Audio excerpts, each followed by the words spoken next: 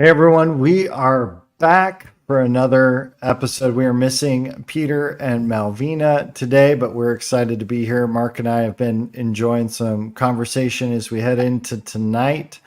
And Hmm. one of the things that we want to just remind everybody, we're having conversations about what's going on in the world. We are trying to do our best to have those conversations in front of people and invite you into the conversation. Right? We want to hear Yeah. from you, have conversation with you, and there's always something going on that we could talk about. And Yeah. Mark, you've had a little bit of. Go ahead. Well, I think when we started these live streams, we were meeting before we went live stream, and we just figured, well, why don't we take this public so that we can have Mm-hmm. our discussions as friends in developing a relationship and just sort of invite other people in on it, So unlike probably some other live streams or podcasts or even some things that we've done, which were very very focused upon and nothing wrong with it, but very focused upon teaching, line upon line Yeah. or teaching on a particular subject. Yeah, topical. Mm-hmm. Yeah, topical. So we just said, well, we're having great conversations, or we think they're great conversations. Maybe we just give people an opportunity just to join Yeah, our conversation. So we yeah, always talk before this, have a sense of what's going on, and then we come into the live stream and say, hey, what's you know yeah. even we let it flow over into discussions that we're on about. So I was having a talk with somebody yesterday, and I like it when people put into words something that I've been sensing and Mm. feeling. It's almost like a Yeah, yeah, yeah. confirmation. Mm-hmm. It's and and I just said to this person who's located in the US, and I said, what's going on? Well, what's happening? And they said, I don't know about you, but it said in the atmospheres, it feels very chaotic, you Mm-hmm. know. Um, Mm-hmm. and I think probably, you could probably say that every time in which you're going into a presidential election, there's a lot of chaos about it. There's a lot A of lot of chaoticness, disruption. a lot of Mm-hmm. disruption, distractions. Mm-hmm. There it appears to me, I was talking to a friend of mine who lost his job because they're not going ahead with some projects because it's a presidential year. It's just like Mm-hmm. I don't quite get it, but anyway. Um, so um, it's not only is it chaos, but there's some sort of fears about certain things, and I Mm-hmm. think that we see those sorts of thing. And let me be so bold because I don't know anything much about this, but you know, Facebook just every now and again explodes with certain things, and Yep. the latest one that seems to explode. So maybe you can help me a little bit more with this, but the Mark Driscoll thing. What's this Mm-hmm. all about? Have Yeah. you done? Yeah. Do you know anything about it? Yep. Yep. Dove into that actually pretty deep. I'm a fan of Mark recently. I wasn't as much when he was at Mars Hill in his younger years. I felt like he just was a prophetic voice that didn't know he was a prophet. So he would just cut everybody up black and white and didn't care about the pieces he left behind him. So I wasn't really a big fan of him years ago when he was in Seattle, not far from us. And, he definitely had a transition, into a new season of ministry. Had when he was kicked out of his organization for not being a humble, submitted leader and leading kind of with an iron fist.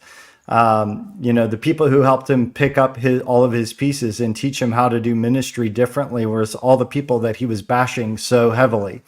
Mm. Whether it was Joel Osteen or Tommy Barnett or any of these, Bill Johnson, and all these people that he was pretty quick to criticize publicly, they all reached out to him, made a concerted effort to minister to him. And they did. So Mark went to that's kind of the backstory. He definitely is pro charismatic and believes in the prophetic voice of God in the earth and what that God's speaking today, and believes in all of the supernatural gifts of the Holy Spirit, from healing to tongues to all of that. He doesn't shy around that at all. And people who've watched Mark in the recent history would know that. And I still think he loves to push buttons and step on toes and be that prophetic kind of boisterous, clamoring, person out there. And so he was at a men's conference where he ended up going on. There had been a gentleman who had performed an act where he had taken his shirt off and climbed up a pole in front of the men's. It was a men's conference. And he was a sword swallower and did all that kind of stuff, and was there for entertainment for some reason. So Mark, gets up to preach, and the clip is all over the place, of him, basically saying, "Hey, Jezebel spirit's in this house, and here's how I know." The guy ripped his shirt off. He climbed up an Asherah pole. There's all these aspects of this that just did not sit right with Mark. And the pastor of the church, his last name's Lindell, there, I believe it's in Missouri, just said, "Hey, you're out of line." And then Mark kept going, and he said, "Okay, Mark, you're done." And then came up on the stage, and Mark, when he said you're done, he put his hat on and grabbed his stuff. He's like, "I received that. I'm happy to be done." And he walked off the platform to rouse of applause and boos, and the crowd was chaotic, and the pastor got up and just was like, "Hey, listen, this wasn't handled properly. Mark had a half hour with me in Matthew 18. If you're concerned, or someone sinned against you, then you should go talk to that." And he goes, "I'm the head of this place. I'm the leader here." He should have said, "Hey, I'm concerned about this." He didn't say anything to me about that. I'm going to go talk to him. And he handed it off to somebody else. That has been the thing on Facebook, right? Yep. The not only was this guy doing the Cirque du Soleil act, or whatever you want to call it, demonic and evil, and we have no idea where this guy's at in his relationship with Jesus, or if he just travels the world as a stage performer doing tricks. I have no idea what his situation is. Do I think it's probably in bad taste for a men's conference? Yeah, probably. So with that being said, that has gotten all the airtime. What happened after that hasn't gotten really any airtime. And that's the concerning part for me more than anything with this thing with Mark, has been they went outside, they had a conversation, affirmed their relationship, and then they decided to come back on the platform. Mark apologized. He's like, "You're right. I should have talked to you. I didn't talk to you." He's like, he said, "Also, I'm submitted to your authority as the head of this house here, as the head of the church. What do you want me to do?" And that pastor very boldly said, "Well, I want you to come back on stage with me. I want us to have this conversation in front of everybody, because I think we can model what it's like to stay in relationship, have conflict, and come out on the other side.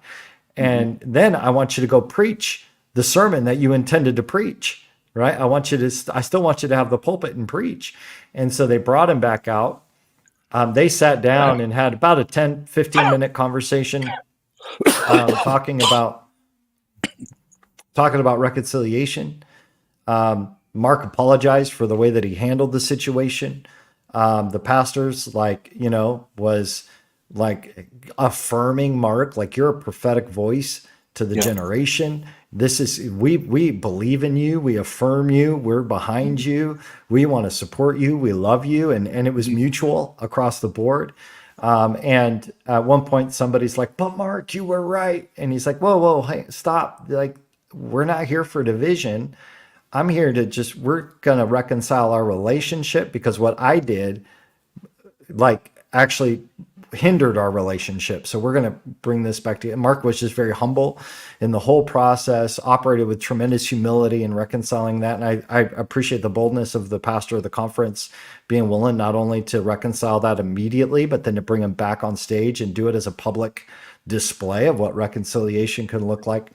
So, but it's been difficult for me to watch it Yeah. all go down on Yeah. Facebook, because Yeah. you don't hear the celebration of the reconciliation and the health of both parties, right? And you know, Mark said, yeah, I kept seeing it in my head. Oh, I got up there and he goes, I don't know if that was God or if that was me, but I felt like I just needed to say something in that moment. And that's a prophet, you know, like that's that prophet gift going on full steam at that point. Like I'm seeing it. I got to say something.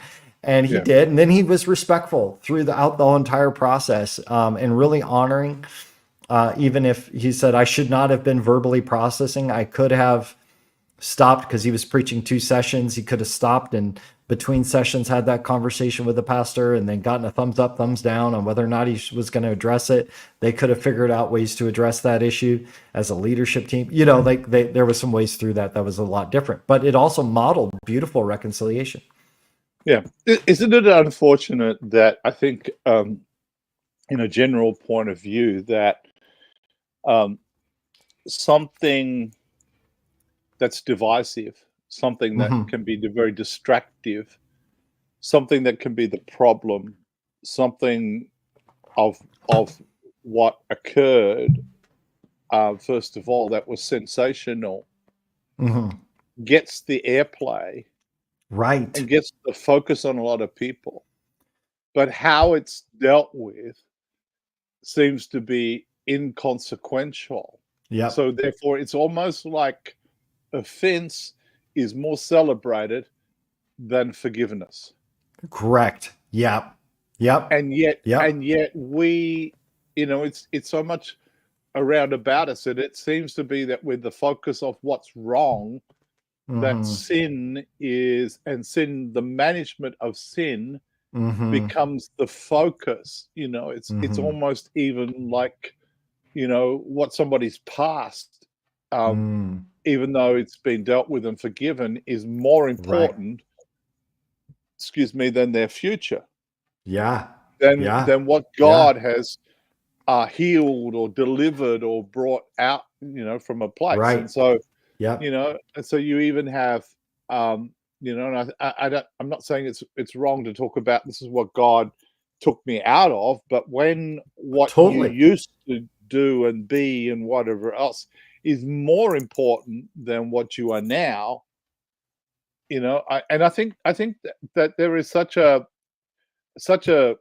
hunger almost for sensational bad news type, you know, when we celebrate disunity, and can't celebrate the unity, can't celebrate the fact is that this is, you know, we've got this whole thing of, and I don't know, maybe it comes out of this whole thing of eating from the tree of the knowledge of good and evil, because good or evil means that you take a side, you know?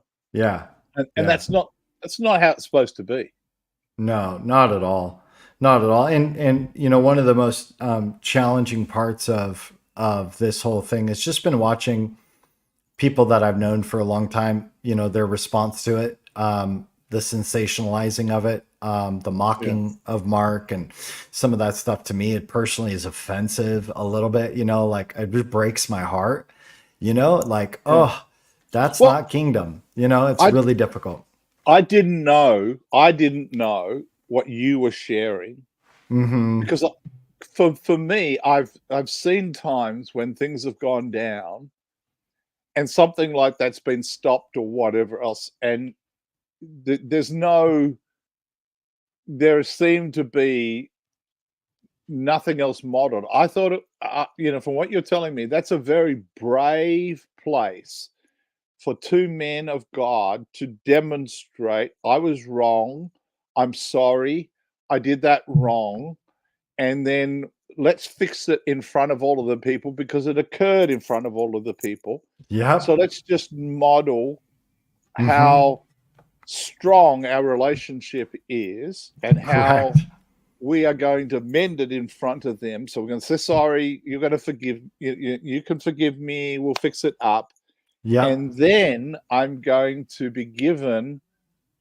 The pastor gives him the opportunity to then to preach what he was going to preach, Mm-hmm. instead of saying, "Oh, I'm totally offended by what you did and whatever else. You're out," which is Yep. typically what a lot of people do, is to wipe people out Right. of their lives Yep. because of an offense that happened or a problem that happened. Well, That's and amazing. I've never seen that. it's phenomenal. And for a pastor to be bold and correct something in the moment and say, "Well, time out. We missed a step in this process. We can't continue like this. I'm Mm. not going to let you continue like this." And then to go correct it, and for both parties to humbly approach the stage in forgiveness and in reconciliation while somebody was corrected. Somebody like a Mark Driscoll's a huge name, I right? know. And the humility to say, "You tell me what to do and I'll do it. Well, You tell me what to do and I'll do it because I honor who you are and I honor your authority as the spiritual head of this movement." well, if you think about this, Chris, you and I, okay, we are public speakers, Yes, right? we If are. you, if you could Yep. imagine, I mean, I'm just trying to imagine now The about awkward. the awkwardness of it. Is, if I was somewhere and I Yeah. was speaking and the pastor says, "Wait, time out, you've overstepped. I Yep. don't like what you're preaching," whatever else. Yep. I know I'm going to feel humiliated, Yep. right? To recover from that, to be able to submit and say, it's a huge strength of character to be able to say, "Okay, Huge. tell me what I need to Crazy do to good. fix that," because I thought I was okay. I thought I was doing the right thing. I thought I was doing, like I saw it, I was going after it, all of that sorts of Yep. things. Because, I mean, if you don't get up and speak and release something because you have an evil intent, I mean, you wouldn't be up there Nope, in the not first at place, all. you Never. know. Hopefully not, So, right? so, Yeah. so that's a pretty significant thing. Maybe I could make the link to this. Hmm. I saw this. Um, I was telling you about this. I was reading through something, um, and a book on entrepreneurship by Ryan Hmm. Lestrange, and Yeah. and Yeah. Yeah. and I was reading this, and it said this. Um, Let me quote it so I can get it right, because I know what it says. But the faster you can overcome the fear of being you and owning your God given place in this world, the quicker you can succeed. And I would Right. want to say to you, those two pastors must have done some work on that, because they're quite okay with being them. Yes. Not Yep. to the extent that one has to outdo the other or there's competition Yep. or whatever else it is, but they are Yep. comfortable in being them. And they're comfortable that in being them, they caused an issue, and that issue was was was was really quite important but insignificant as far as the bigger picture. Hmm. So that I think that when our issues in insecurity and understanding who we are become bigger than the world that we live in, then there becomes a problem. Hmm. Yep. So that what Ryan is saying is that the quicker that you recognize and become okay with not just the fact is that you're a child of God, but Right. because you are God's child, you, and become okay with you, Hmm. and to recognize and to take ownership of my God given place in the world, Hmm. which never will take you into arrogance, will never take you in a healthy way into a place in which it's pride and all of those things that go with it. But there's a Hmm. place of thankfulness, there's a place of humility, that I can actually be really comfortable with me, comfortable Yeah. about being me. Yeah. Because everything around about us is trying to convince us that we're not good enough, right? That we're not good enough about being us. Hmm. Everything around about us is talking about, well, other people determine because of if everybody speaks well of you, if you get all these likes, if you've got 1,000, 2,000, 1K, 1 million followers, and they all love you, then you're okay. Then you must be good. And you can be the most stupid, idiotic person and have a 1 million followers. Yep. Yep. That doesn't Yep. change the fact that you're stupid and idiotic.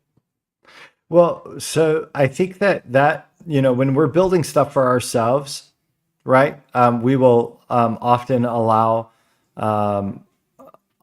for things that do not match God's character, that don't match what God's call is on our life. We'll allow that stuff to be a driver, right? We'll allow those things to drive us when we're not clear about really who we are or what our role is in the kingdom, right? When we don't recognize that God has put us here to point to Him at all times, not to put people down, but to point to Him. When we, recognize that I think we talk about this. You've used this word, and I've heard many others use it. This concept of being a solutionary. We're answers to problems. We're not problem causers, and we don't necessarily even need to point to all the problems all the time, right? Like we actually have to. If we're going to point to a problem, we have to add a solution, right? We can't just point to something and be like, "Oh, look how bad that is," without saying the solution is here. Yeah. Yeah. Yeah, and I think that I know you're right from the aspect of that's so often what we see. Mhm. I've been reflecting upon this over a period of time, but increasingly there's a lot of things that we tell people, like for instance, you're more than a conqueror. This comes to my mind. It's Yeah. probably on my mind because I've been focusing on it for my book. But we're more than a conqueror. We don't tell people how. Like we prophesy things to people, but we Yeah. don't give them the wisdom of how or what are Right. some of the things that they can do, so that we become great communicators of knowledge, but we lack in the Right. wisdom arena. Yeah. And I was thinking about, maybe I can make the link on this. I was thinking about this morning, David and Goliath, right? So if you got the scenario is that on the other side of the valley, there is the enemy and Goliath's a part of that. And the army is assembled, right? The army of God, the army of Israel is assembled. Now, this army is trained. Mm-hmm. This army has fought, and it has some structure. They have weapons. They have the things that they need, right? Mm-hmm. They are intentionally there to do battle, right? Mm-hmm. And to protect Israel and to take the land that is rightfully theirs, right? So they're there. The problem is that intimidation turns up in the form of Goliath. Mm-hmm. And whenever intimidation walls up, it doesn't matter how much you know, how much you've been trained, how much you've developed strategy, how much you have got experience in some of the things. When intimidation turns up, you very much are tempted to run the other way. Yeah. Because Yeah. intimidation is such a powerful force. And that's exactly what happens is the army is there, right? It looks like an army. It's acting like an army. It smells like an army. But soon as Goliath turns up, they run the other way. And they keep doing this time after time after time after time. Can you imagine an army of any nation that fronts up towards its enemy, and as soon as the enemy turns up, runs the other way? Mm-hmm. Like, there's another word for that. But here you have probably a 17-year-old Mm-hmm. who turns up and looks at the situation and says, somebody got to do something about this, and I'm going to be that somebody. What's the difference? He doesn't have any training in army stuff. He hasn't worked on strategy. He hasn't got any experience, apparently, at being in an army. He hasn't even made the army. He's there just to bring down the cheeses and the biscuits and the crackers and whatever else, the breads and stuff like this for them. That's what he's been sent down for, Biscuits. I love it. right? Yeah. So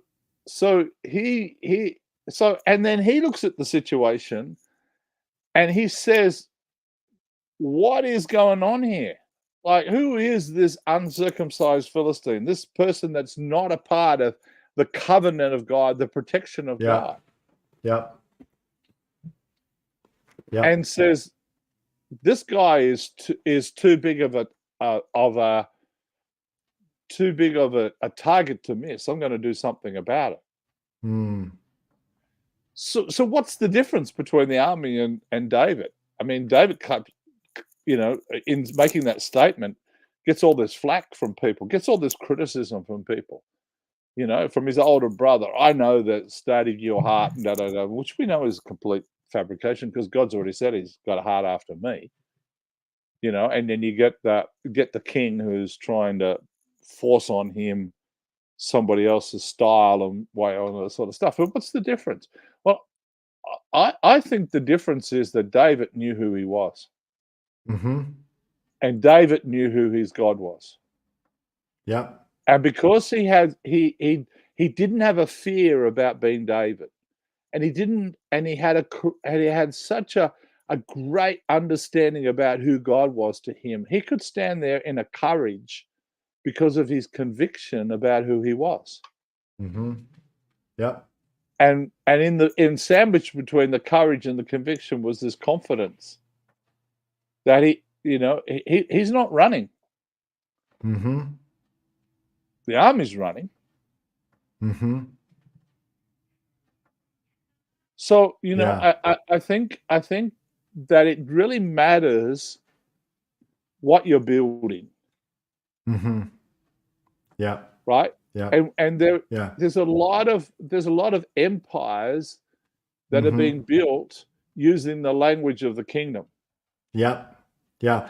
Well, that I think is really a perfect example of people whose hearts are geared towards unity, people whose hearts are geared towards the reconciliation, like they're looking for how to celebrate what God's doing instead of just celebrating the chaos, right? As we talked about, celebrate the chaos and go after that, or are we looking for what God is doing? Because if you're building the kingdom of heaven, anything that isn't of the kingdom, you don't want to create more platform for it.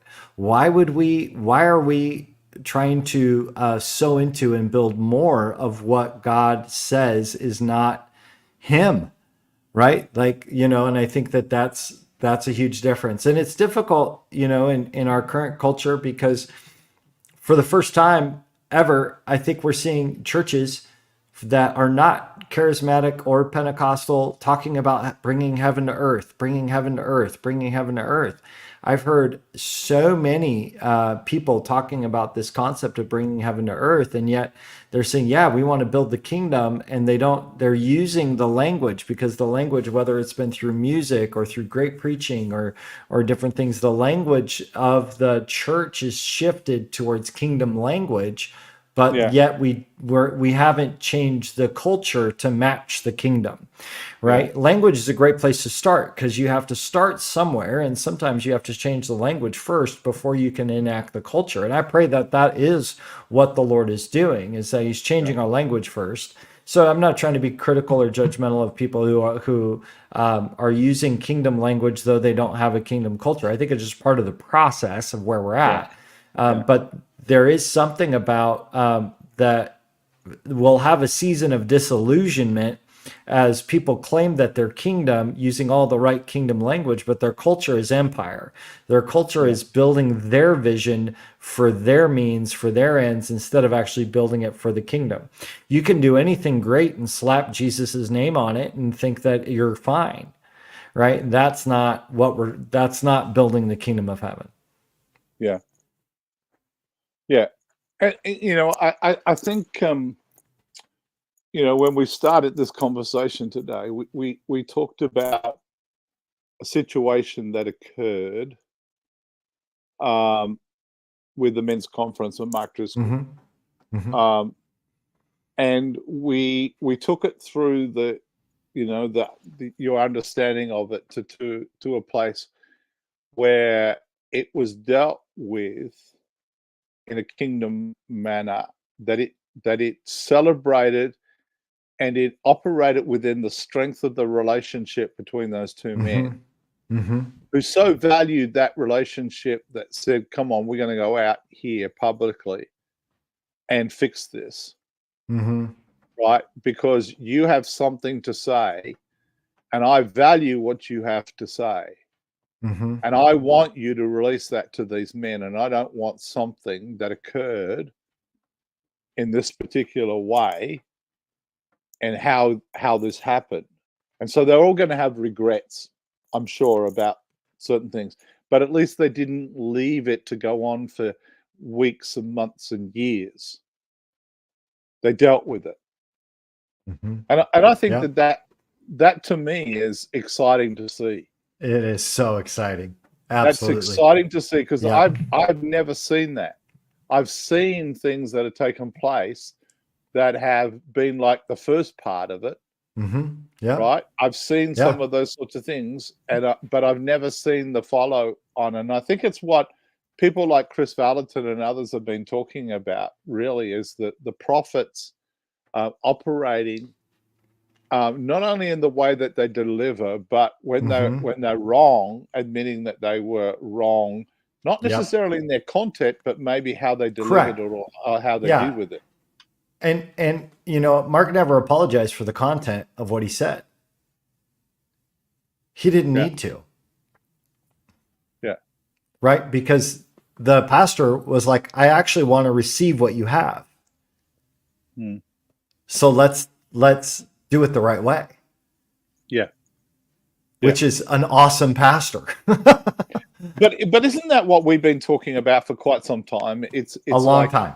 Yeah, we've been talking about for a long time about doing things in a way that protects what our ultimate goal is, or protects the relational part of it, the relationship, and protects the kingdom values, protects the values of what it is, and yet still say something. It's yet still be a part of, in fact, God's solution, rather than celebrating and staying in the problem arena. Yep. Well, I think culture is built on what we celebrate, right? Culture is also built on our language, and it's built on what we punish. So the things that we celebrate, the things that we discipline, and the things that we the language that we use, all ultimately will create a culture. And I think that the heavenly culture is really geared around the primary focus, I think, in heaven's culture is, celebrate what is good, right? Meditate on these things. Right? Like we have to be looking for what God is doing that is good in the middle of this atmosphere in America. Anyways, there's an atmosphere of chaos, and can we find what God is doing and celebrate that? Can we find it? Are we able to go after that? And maybe we should not say much until we can celebrate the thing that God's doing. I know it's an age-old question. And I don't think we're going to necessarily come up with a solution, but I don't know what it is about us as human beings who seem to prefer bad news than Yeah. good news.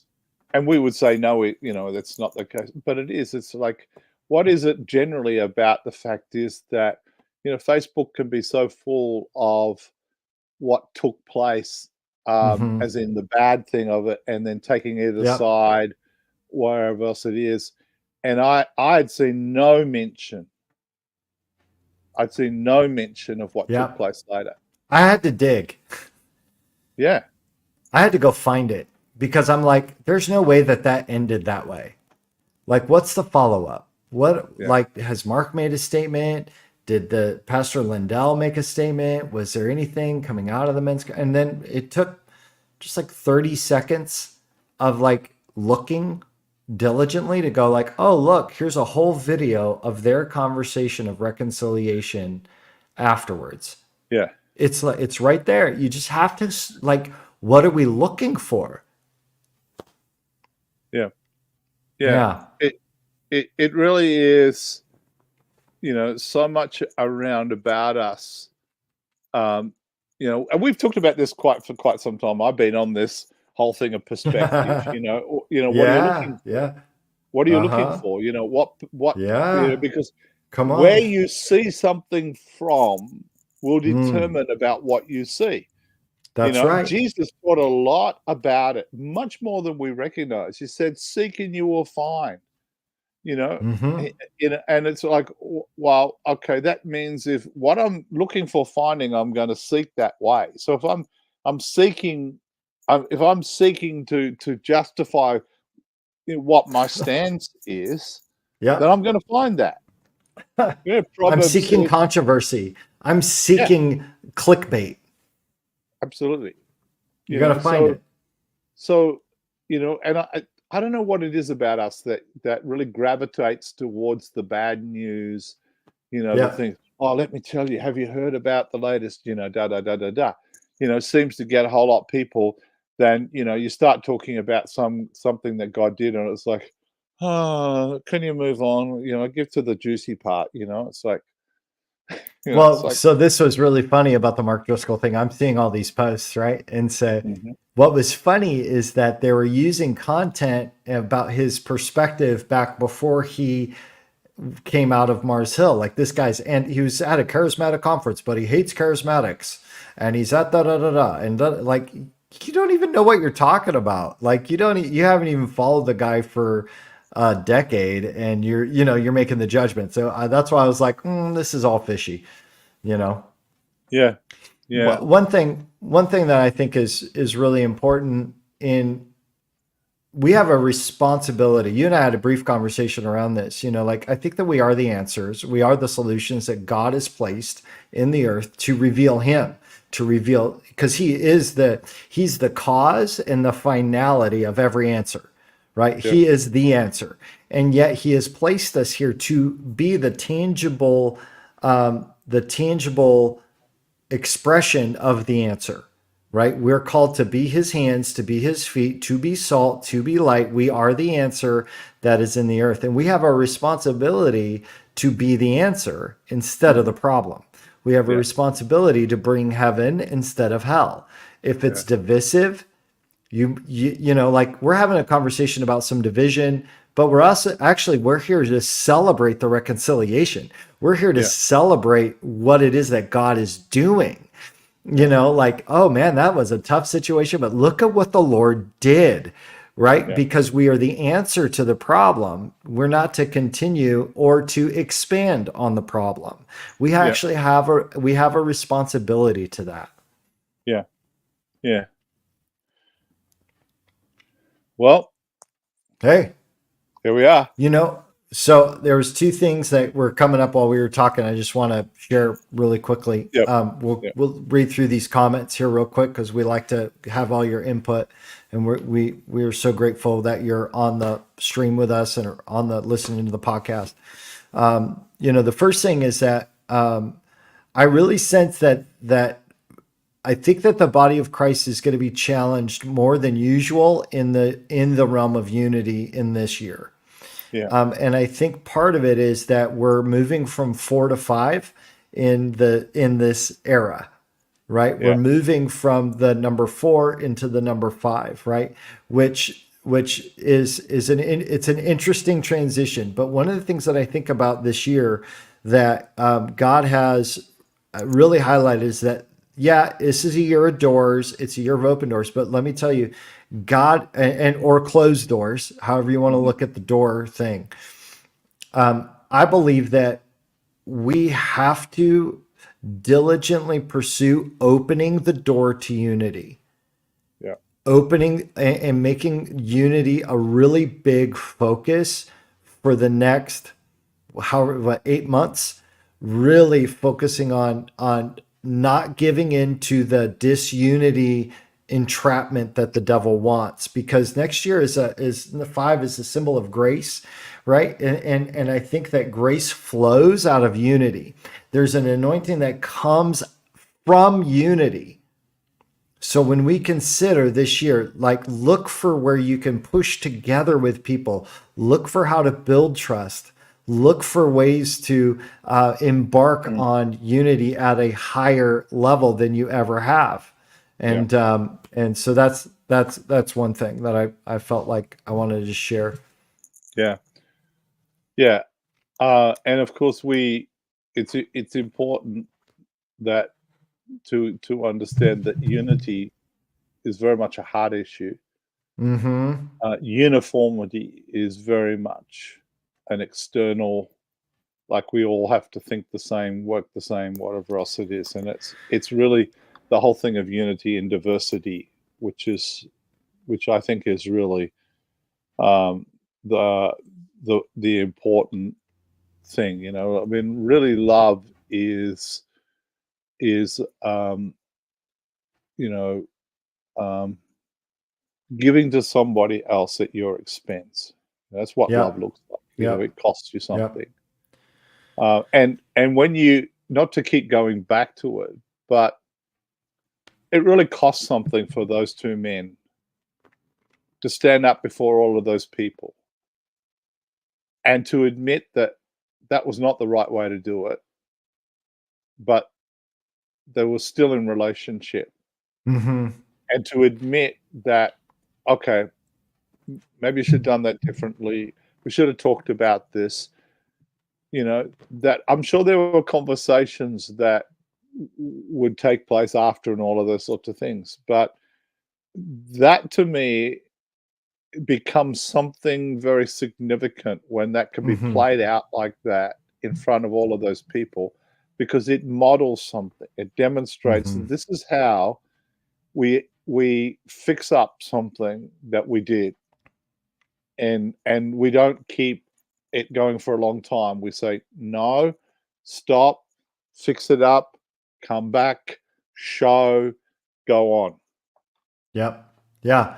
Yep. And the beautiful thing is that as I think as time goes on, I'm praying that people will trumpet, the Yes, celebration of it and celebrate. Look at what the Lord did yes, in that, yes. I agree. and so I'm really looking forward to Mark's next podcast, or the next time he has an interview, because it's going to come up and I'm excited to hear what he has to say about it, to Yeah, help people who are unwilling to look past the surface to hopefully yeah. see the truth of the matter, Well, which is great. So well, I want to pick up what you just said as we come to a conclusion yeah. of all of this, because we've talked about a number of things today. But something that you said, I think is a really important thing for us to be praying into and looking at and having discussions with the Lord about what we can do that enhances unity,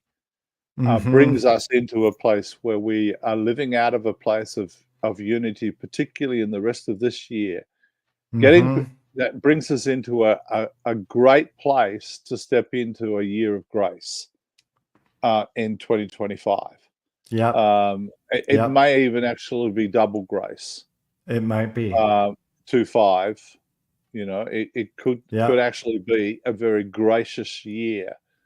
So it would be a good idea if you're well prepared for it. Mm. So the Hmm. conversations and the prayers that could place is, well, what can I do that Hmm. positions me in unity, right? That positions me in Yeah. the mindset and in the atmosphere of unity, you know? So, Yeah. I'll just say one of the things that I think the Lord's really going after in this is to become unoffendable. And if you are getting offended, to address it quickly. They handled this within an hour. yeah, And most of the time we'll stew, we'll wait, we don't have courage enough to deal with it. Like we just got to be on it, I feel like.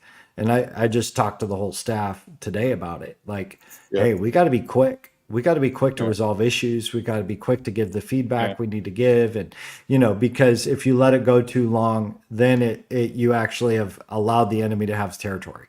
Right. yeah, So we just can't do it this year. That's great. I'm gonna hit some of these comments. Annalise says, "Wisdom, bingo. Wisdom is key." Karma says, "God spoke to me when critical ill, having brain convulsions, and cried out Jesus' name. He breathed life into me from my feet up, told me I was valuable, important, and unique. If I was gone, people would be missing what only I can give them. I do not know what is, but so at peace, just being in Jesus. It is so amazing. We all are unique and have something no one else has." Amen, Karma. That is such a great testimony. And we are so valuable. I don't think we get how valuable we are to the Lord. Dave says unity looks like love. I think unconditional love is required for unity, yeah, right? Like, I love you and there's nothing you can do about it. Like, without yeah, that, it's really hard to actually step yeah, into unity. yeah, This is so spot on. We've got to press into unity this year. And Elise yeah, says, Dave says, ouch, it costs. I thought that was a great point, Mark, about, hey, it actually costs them something to be in unity.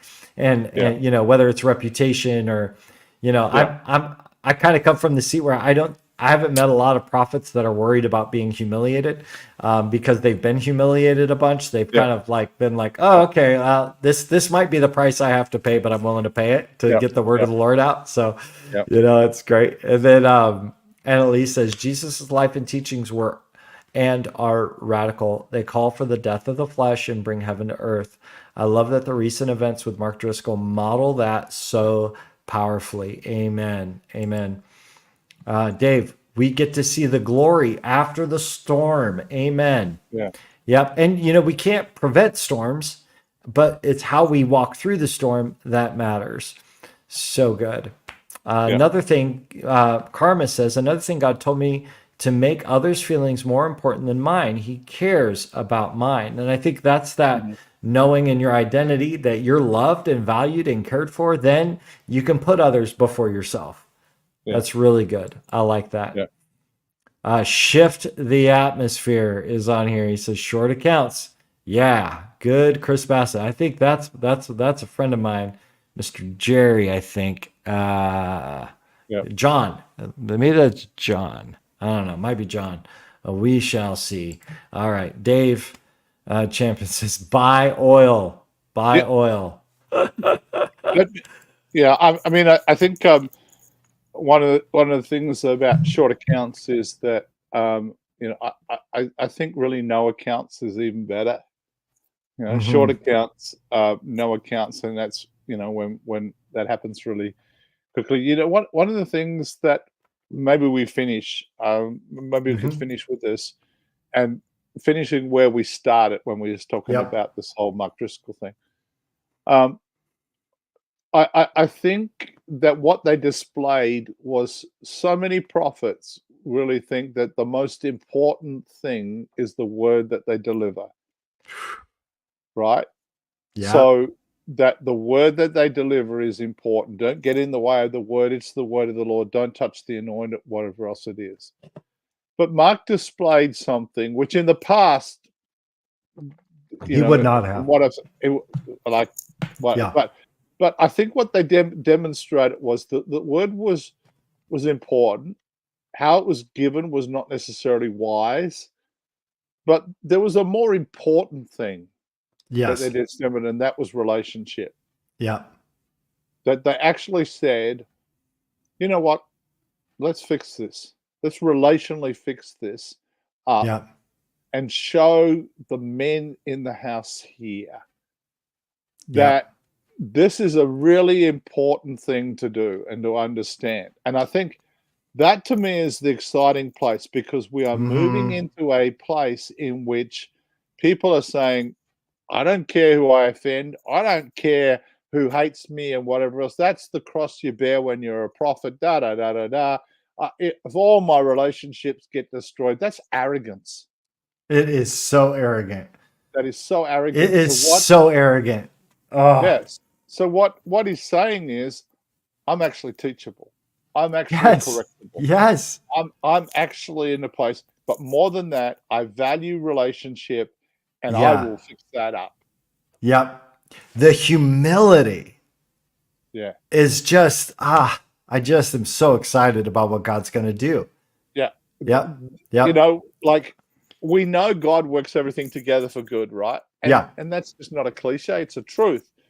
And so that's what I'm glad that we get to talk about today and celebrate, Hmm. right? The outcome. We celebrate the bigger thing of that is, we're not saying we agree that he did it this way or that way or whatever else it is. No. Yeah. Yeah. Initially, I could understand some of those things. I could see Sure. the Me too. symbolism. I could see the significance Yep. of all of those sorts of things. You Yep. could say they shouldn't have done Totally. that. They shouldn't have done Yep. that.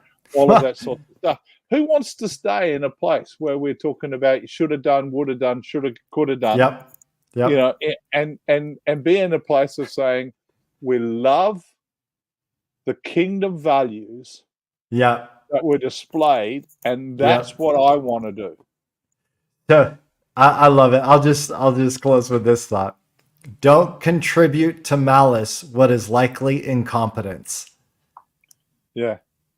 Because I imagine that somebody booked that guy, had no idea. Oh yeah, a sword swallower. Let's get him up here. Da, da, da. Had no grid for the whole thing. I would imagine that it's more incompetence than anybody being malevolent in this, Yeah. right? And so I was talking with our some of our people who are raising up in ministry. I'm like, hey, make sure you double check.